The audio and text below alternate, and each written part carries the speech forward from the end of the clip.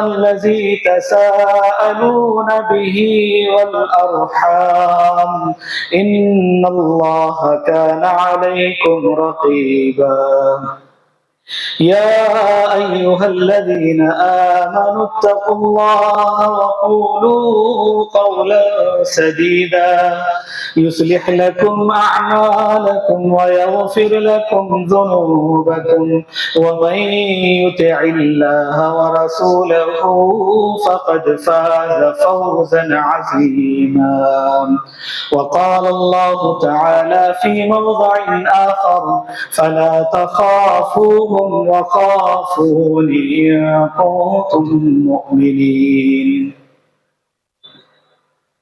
تمام تعریفیں بزرگی اور کبریائی وحدہ لا شریک اللہ ہی کے لیے خاص ہے۔ وہی ہمارا تنہا خالق، وہی ہمارا معبود برحق ہے، اسی کی حمد و ثنا، اسی کی کبریائی ہے، اور ہماری تمام عبادتیں اللہ ہی کے لیے خاص ہے۔ درود و سلام تمام انبیاء اور رسولوں پر، خاص کر محمد الرسول اللہ صلی اللہ علیہ وسلم پر۔ اللہ تبارک و تعالیٰ نے آپ کو آخری نبی اور رسول بنا کر اس دنیا میں بھیجا ہے، مبعوث فرمایا ہے، اور اللہ کے رسول صلی اللہ علیہ وسلم نے امت تک ہر پیغام کو پہنچا دیا ہے، ہر خیر، ہر بھلائی کو اور ہر شر، ہر فتنے کو واضح کر کے اللہ کے نبی صلی اللہ علیہ وسلم نے پیش کیا ہے۔ محترم معزز سامعین اکرام، آج کا جو عنوان ہے خوف الہی، اللہ تبارک و تعالیٰ نے ارشاد فرمایا فَلَا تَخَافُوهُمْ وَخَافُونِي إِن كُنتُم مُؤْمِنِينَ، ان سے مت ڈرو، مجھ سے ڈرو، ان کنتم مؤمنین، اگر تم ایمان والے ہو۔ اللہ تبارک و تعالیٰ نے جو ارشاد فرمایا ہے کہ ان سے مت ڈرو، مجھ سے ڈرو اگر تم ایمان والے ہو۔ ہم تمام اپنی زندگیوں کے اندر غور و فکر کر کے دیکھیں تو دنیا کا جو ڈر ہمارے دلوں کے اندر ہے، صحت اور بیماری کے اندر جو ڈر ہمارے دلوں کے اندر ہے، مال و دولت کے چھن جانے کا جو ڈر ہمارے دلوں کے اندر ہے، جس طرح کے اللہ تبارک و تعالیٰ نے ارشاد فرمایا خوف، ڈر، حضرت موسیٰ علیہ السلام کا واقعہ ہمارے سامنے ہے۔ ایک ہوتا ہے خوف طبعی، خوف طبعی۔ حضرت موسیٰ علیہ السلام نے جب ایک شخص کو مکہ مارا تو وہ مر گیا، تو ایک شخص آیا، اس نے کہا ان الملأ یأتمرون بک لیقتلوک او یخرجوک، کہ تمہارے بارے میں یہ بات طے ہو رہی ہے کہ تمہیں بدلے میں قتل کر دیا جائے، تو تم یہاں سے نکل جاؤ۔ فخرج منها خائفا، تو حضرت موسیٰ علیہ السلام وہاں سے نکل پڑے، یترقب، ادھر ادھر دیکھتے ہوئے وہاں سے نکل پڑے، کیونکہ بدلے میں خوف یہ تھا کہ میں نے ایک شخص کو مارا ہے، بدلے میں مجھے مار دیا جائے۔ پھر جب حضرت موسیٰ علیہ السلام جب کوہ طور پر گئے، اس واقعے کو ہم دیکھتے ہیں، اللہ تبارک و تعالیٰ نے حضرت موسیٰ علیہ السلام سے کہا وَأَلْقِ عَصَاكَ، کہ تمہارے ہاتھ میں جو لاٹھی ہے اس لاٹھی کو زمین پر ڈال دو۔ جیسے ہی لاٹھی کو ڈال دیا گیا فَلَمَّا رَآهَا تَهْتَزُّ كَأَنَّهَا جَانٌّ وَلَّا مُدْبِرٌ وَلَمْ يُعَقِّبْ، تو وہ اژدہا بن گیا، تو حضرت موسیٰ علیہ السلام وہاں سے بھاگنے لگے۔ تو اللہ تبارک و تعالیٰ نے کیا کہا فَلَا تَخَفْ، کہ ڈرنے کی ضرورت نہیں ہے، قَالَ لَا تَخَفْ، ڈرنے کی ضرورت نہیں ہے، اِنِّي لَا يَخَافُ لَدَيَّ الْمُرْسَلُونَ، کہ مرسلین ڈرتے نہیں ہیں، یہ خوف طبعی ہے۔ جس چیز کے بدلے میں ڈر انسان کو محسوس ہوتا ہے. سانپ ہے کاٹ دے گا، یہ ڈر ہے. میں نے کسی کو مارا، بدلے میں کوئی انسان مجھے مار دے، یہ ایک ڈر ہوتا ہے. جیسے کہ ایک انسان ہے کینسر کا مریض ہے، لا علاج بیماری ہے. اب کسی نے کہہ دیا کہ یہ رومال ہے، یہ ان کے اوپر ڈال دو وہ ٹھیک ہو جائیں گے. اب وہ بیچارہ بیماری کے ڈر کی وجہ سے وہ رومال اپنے اوپر ڈال لیا ہے، تو کیا وہ رومال اس بیماری کو صحیح کر سکتا ہے، دور کر سکتا ہے؟ کیا وہ انسان اچھا ہو سکتا ہے؟ نہیں ہو سکتا. اسے علاج کرنے کی ضرورت ہے ڈاکٹروں کے ذریعے سے. کوئی کپڑا ڈال دو یا کہیں پر جاؤ تم ماتھا ٹیک دو، یہی کہیں پر کچھ بھی نظر نیاز کر دو تمہاری بیماری ٹھیک ہو جائے گی. یہ شرک ہے. ہاں یہ شرک ہے. ایک ہے طبعی خوف اور ایک ہے خوف من اللہ، اللہ کا ڈر، جس کے بارے میں یہ کہا گیا کہ ڈر ایسا ہو المقترن بالمحبت والتعظیم. اللہ کا خوف محبت کے ساتھ ہونا چاہیے اور تعظیم کے ساتھ ہونا چاہیے. وَلِلَّهِ الْمَثَلُ الْأَعْلَى. جس طرح کے ہم دیکھتے ہیں کہ ایک باپ ہے اپنے بیٹے کو مارتا ہے تو بیٹے کے دل کے اندر باپ کی محبت بھی ہوتی ہے اور تعظیم بھی ہوتی ہے. جب وہ مارتا ہے تو اس کی محبت بھی ہے، اس کے اندر اس کی تعظیم بھی ہے اور باپ سے وہ ڈرتا بھی ہے، جس طرح کے ہم دیکھتے ہیں. تو اللہ تبارک و تعالی سے ہماری جو محبت ہوتی ہے وہ محبت کے ساتھ ہوتی ہے، تعظیم کے ساتھ ہوتی ہے. اگر ہم اللہ سے ڈریں گے تو محبت کے ساتھ، اس کی عظمت کے ساتھ، اس کی کبریائی کے ساتھ، اس کے جلال کے ساتھ کہ اللہ تبارک و تعالی بڑا غفور الرحیم ہے، اللہ تبارک و تعالی قہار بھی ہے اور جبار بھی ہے. اللہ تبارک و تعالیٰ سے جو ڈرنے کا حق ہمیں ہونا چاہیے، اگر اس طریقے کے مطابق اگر ہم ڈریں گے تو ہوگا کیا؟ وَلَنُسْكِنَنَّكُمُ الْأَرْضَ مِنْ بَعْدِهِمْ ذَلِكَ لِمَنْ خَافَ مَقَامِي وَخَافَ وَعِيدِ. تو اللہ تبارک و تعالیٰ زمین پر تمہیں مسکنت عطا فرمائے گا جس طرح اللہ سے ڈرنا ہے. اللہ کا خوف جس طرح ہمارے دلوں کے اندر ہونا چاہیے، اگر ہم اس طریقے کے مطابق اللہ سے ڈرنے والے بن جائیں، حرام کو حرام سمجھنے لگے اور حلال کے اعتبار سے اپنی زندگی کو گزارنا شروع کر دیں، اور جتنی اللہ تبارک و تعالیٰ نے اپنے رسول محمد رسول اللہ صلی اللہ علیہ وسلم کی زبانی جتنی چیزوں سے روکا ہے ان تمام چیزوں سے ہمیں رک جانا چاہیے، اور جن چیزوں کے کرنے کا حکم دیا گیا ہے اگر ہم ان چیزوں کو کرنا شروع کر دیں تو اللہ تبارک و تعالیٰ یہ زمین پر تمہیں مسکنت عطا فرمائے گا. تم کسی سے نہیں ڈرو گے، صرف اللہ سے ڈرو گے. اللہ تمہیں قرار عطا فرمائے گا.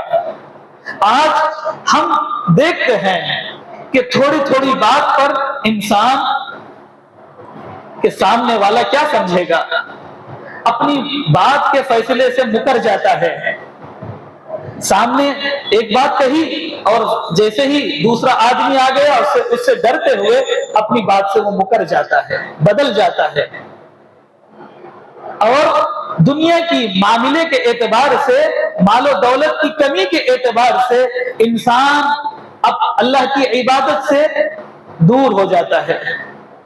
دنیا کے کمانے کے اندر اتنا مشغول ہو گیا کہ وہ اللہ کی عبادتوں کو بھول گیا ہے، یا دنیا کے منصب کے اندر عیش و عشرتوں کے خاطر اتنا وہ آگے نکل گیا کہ نبی صلی اللہ علیہ وسلم کی سنتوں کو وہ چھوڑ بیٹھا ہے.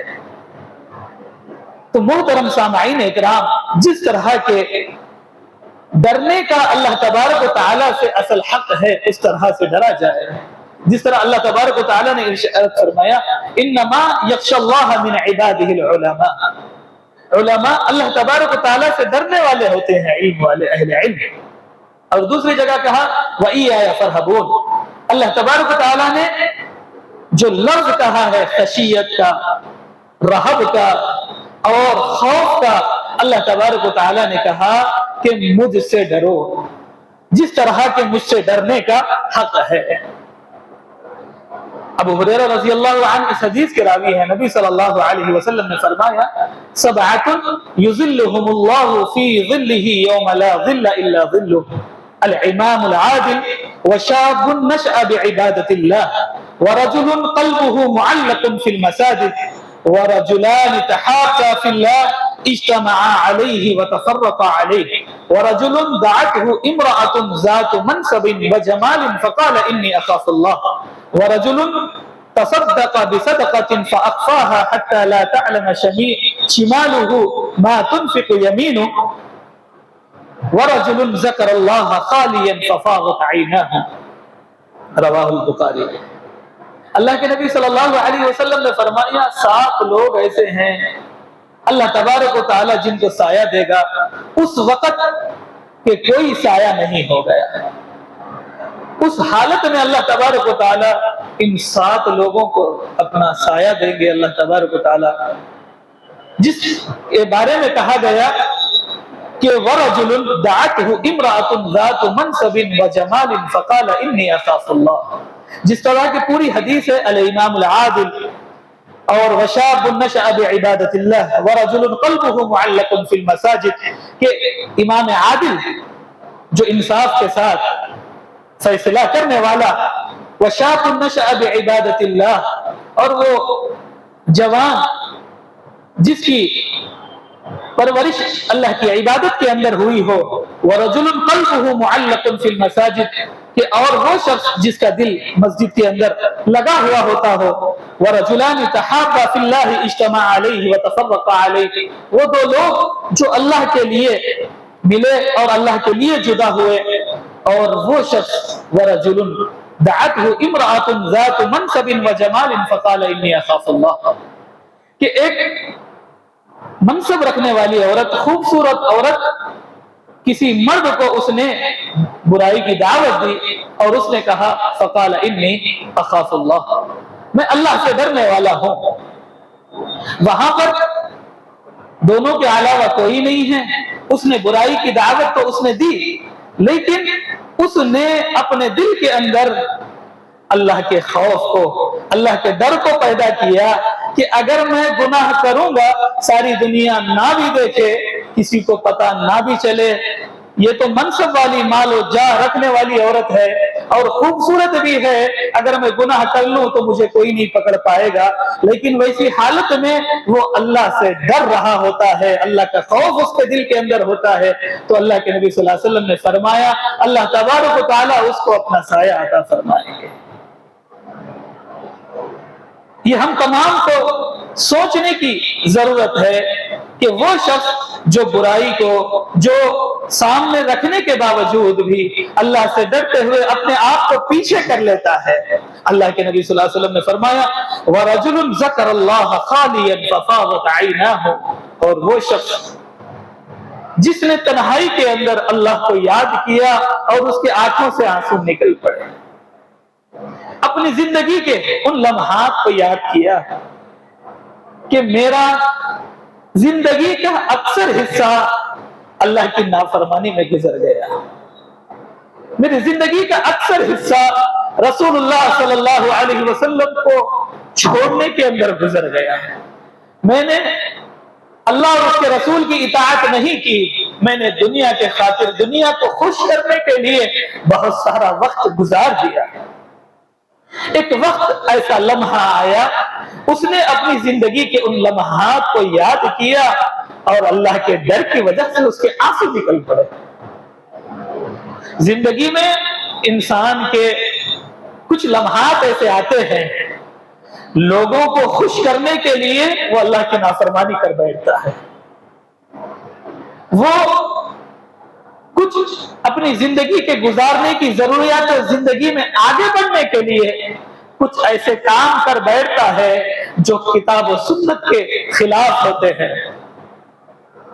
کہیں سے اس نے مال جمع کر لیا دھوکے کے ذریعے سے، جھوٹ کے ذریعے سے، فریب کے ذریعے سے، لیکن ایک وقت اسے پتا چلا کہ ہاں میں نے اللہ اور اس کے رسول صلی اللہ علیہ وسلم کی نافرمانی کی ہے، میں نے اطاعت نہیں کی ہے۔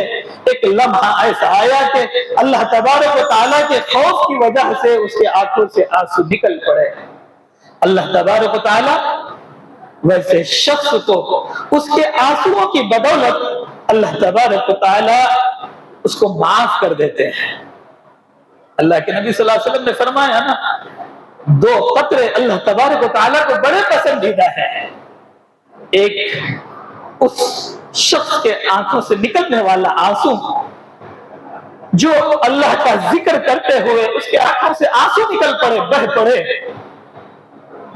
کہ میں کتنا نافرمان بن چکا تھا، پھر بھی میرا رب میرے اوپر تمام نعمتوں کی بارشیں کرتا رہا۔ میں دنیا کو کمانے کے لیے، میں دنیا کو خوش کرنے کے لیے نکل پڑا تھا، اللہ کی عبادتوں سے بہت دور نکل گیا تھا، لیکن میرا رب پھر بھی مجھے صحت کے ساتھ رکھا ہوا، عافیت کے ساتھ رکھا ہوا، تمام نعمتوں کو میرا رب مجھے دے رہا تھا، لیکن میں رب کی عبادتوں سے بہت دور تھا۔ اس کو یاد آ گیا، اس کے آنکھوں سے آنسو نکل پڑے کہ میں بڑا نافرمان ہو چکا تھا۔ اللہ تبارک و تعالیٰ اس کے آنسوؤں کے آنکھوں سے نکلنے کو بہت پسند کرتے ہیں، اور وہ خون کا قطرہ جو اللہ کے راستے میں نکلتا ہے، گرتا ہے زمین پر، اللہ تبارک و تعالیٰ اس قطرے کو بہت پسند کرتے ہیں۔ محترم سامعین اکرام، حضرت عبداللہ ابن عمر رضی اللہ عنہما کے بارے میں آتا ہے کہ جب اس آیت کو پڑھتے تو بہت دیر تک زار و خطار رونے لگتے ہیں۔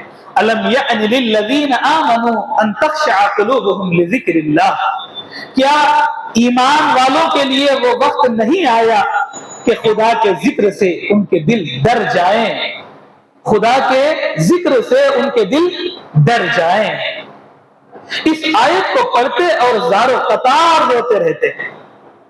جب یہ آیت نازل ہوئی، یا ایھا الناس اتقوا ربکم ان زلزلۃ الساعۃ شیء عظیم، یہ سورہ حج کی آیت ہے۔ جب یہ آیت نازل ہوئی تو اللہ کے نبی صلی اللہ علیہ وسلم نے صحابہ کو مخاطب کرتے ہوئے کہا، جانتے ہو ان زلزلۃ الساعۃ یوم عظیم، وہ بڑا دن کون سا دن ہے جانتے ہو؟ صحابہ نے کہا، اللہ کے نبی آپ بتا دیجئے۔ یہ وہ دن ہے جب اللہ تبارک و تعالی حضرت آدم علیہ السلام سے کہے گا کہ جہنم میں جانے والی فوج کو بھیجو۔ حضرت آدم علیہ السلام کہیں گے، جہنم میں جانے والی فوج اے اللہ کون ہے؟ اللہ کہیں گے کہ 1000 لوگوں میں سے 999 جہنم میں جائیں گے۔ وہ وقت قیامت کا دن جس وقت میں اللہ تبارک و تعالی حضرت آدم علیہ السلام کو حکم دیں گے جہنم میں جانے والی فوج کو بھیجو۔ حضرت آدم کہیں گے، اللہ جہنم میں جانے والے لوگ کون؟ اللہ کہیں گے ہر 1000 میں 999 جہنمی ہوں گے۔ جیسے ہی یہ جملہ صحابہ نے سنا، زار و خطار رونے لگے، زار و خطار رونے لگے۔ ہاں، ہم اور آپ کے لیے جب یہ آیتیں ہماری نظروں کے سامنے سے گزرتی ہے، یا ایھا الناس اتقوا ربکم ان زلزلۃ الساعۃ شیء عظیم، ہاں یہ وہ دن ہوگا جس دن ہر 1000 میں سے 999 اللہ کی نافرمانی، رسول اللہ صلی اللہ علیہ وسلم کی باتوں کو چھوڑ کر جو زندگی دنیا میں گزارتے تھے وہ جہنم میں جائیں گے۔ محترم سامعین اکرام، اللہ کے نبی صلی اللہ علیہ وسلم نے ہمیں بتا دیا ہے، ہر چیز اللہ کے نبی صلی اللہ علیہ وسلم نے ہمارے لیے واضح کر دی ہے۔ یہ جو زندگی کے لمحات کچھ ہماری زندگی میں بچ گئے ہیں، جو کچھ اللہ کے نبی نے زندگی کا موقع ہمیں دے دیا ہے، اس زندگی کو غنیمت سمجھتے ہوئے ہر رات، ہر دن، ہر لمحہ اللہ کا ڈر ہمارے دل کے اندر رکھے۔ زبان جب بھی کھولے لا یعنی باتوں سے، فضول باتوں سے اپنی زبان کی حفاظت کرے، ہر بات وہی کہے جو اللہ کی بات ہو، رسول اللہ صلی اللہ علیہ وسلم کی بات ہو، ہر معاملے کے اندر جب بھی بیٹھ جائیں تو یہی دیکھیں کہ میں جو معاملہ کر رہا ہوں، اللہ کی کتاب، رسول اللہ صلی اللہ علیہ وسلم کا طریقہ میرے سامنے ہونا چاہیے۔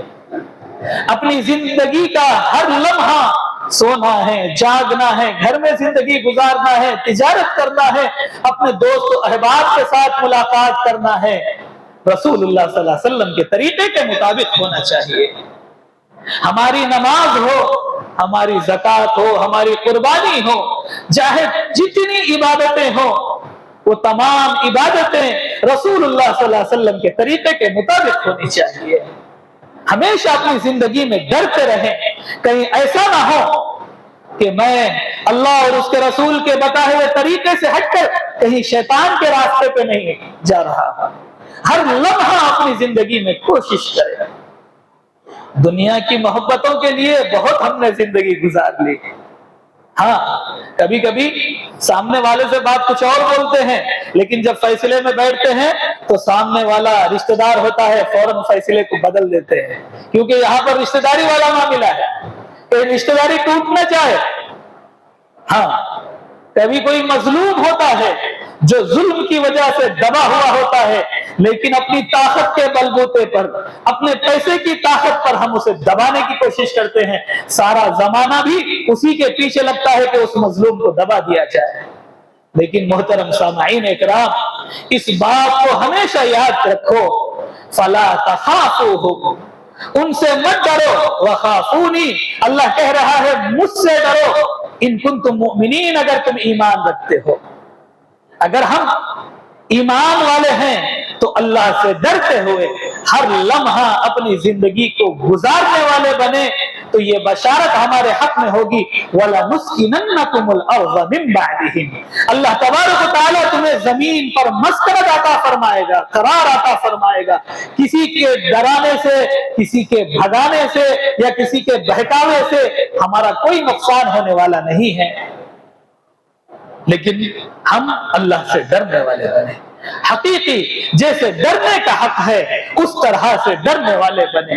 اللہ تبارک و تعالی ارشاد فرماتا ہے وَلِمَنْ خَافَ مَقَامَ رَبِّهِ جَنَّتَانِ، سورہ رحمان کے اندر اللہ تبارک و تعالی ارشاد فرماتے ہیں اس شخص کے لیے جو اپنے رب کے سامنے کھڑا ہونے سے ڈرے، جو شخص اپنے رب کے سامنے کھڑا ہونے سے ڈرتا ہے کہ ایک وقت آئے گا جب میرے جسم سے روح نکال دی جائے گی، ایک وقت آئے گا کہ لوگ مجھے کفن پہنا کر، پانی نہلا کر اور اس ڈولے میں سلا کر اس منومن مٹی کے اندر نماز پڑھا کر دفنا دیں گے۔